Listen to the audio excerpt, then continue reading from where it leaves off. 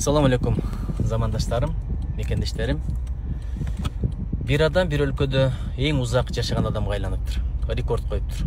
115ке чыкканбы, 120га чыкканбы. Журналисттер ошону кутуктап келип, аксакалдын дагы деле акылы тунук экенин, ден соолугу чың экенин, маанайы жарык экенин байкаптыр дагы суроо бериптир. Аксакал, кантип ушул деңгээлге жеттиңиз? Эң узак жашаган адам сиз болдуңуз.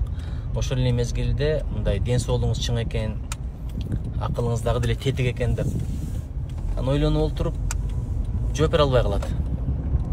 Балким башкача тамак жедиңиз, башкача эс алдыңыз, башкача жашадыңыз десе жок, эл жашагандай эле жашадым дептир. Эл ичкенди ичтим, эл жегенди жедим, башка эч айырмачылыгым жок дептир. Анда кантип ушул деңгээлге жеттиңиз деп ойлонуп отуруп айткан экен. Балким менин бир сыпатым бар, ошол себеп болгондур деп. Кандай сыпат десе, күнүгө эртең менен эрте турам, туруп эле жылмаям. Жылмайгандан кийин барам дагы айнек бардан ачып туруп, терезеден эшикти карайм дагы, кандай сонун аба ырайы. Алла Таала сага рахмат, ушул күндү көрсөткөнүңө, ушунчалык сонун аба ырайынын бизге насип эткениңе деп шүгүр айтам деген экен. Мейли кар жаасын, мейли борошо болсун, мейли күн ысык болсун, дайыма жаратканга ыраазы болуп, аба ырайы үчүн рахмат айтат экен. Муну айтайын дегеним, кийинки мезгилдерде Кыргызстанда абдан ысык болуп атат.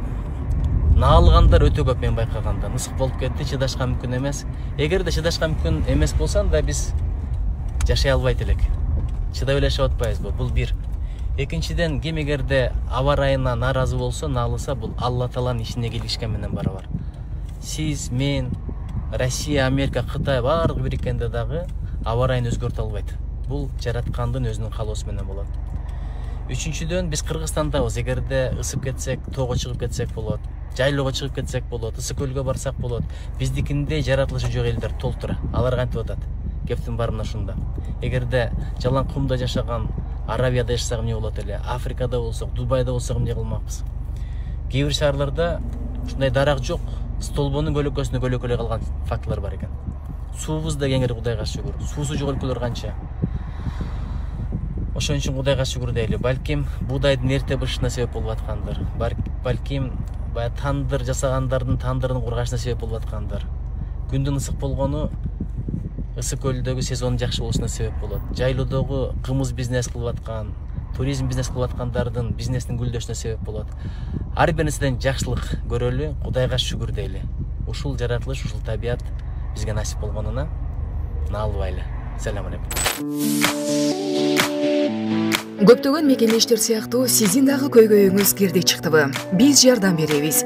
Москвадан Казакстанга каттайбыз. Жолго чыгарда чорнуйдан текшерип, эч кандай маселе жаралбашына кепилдик беребиз.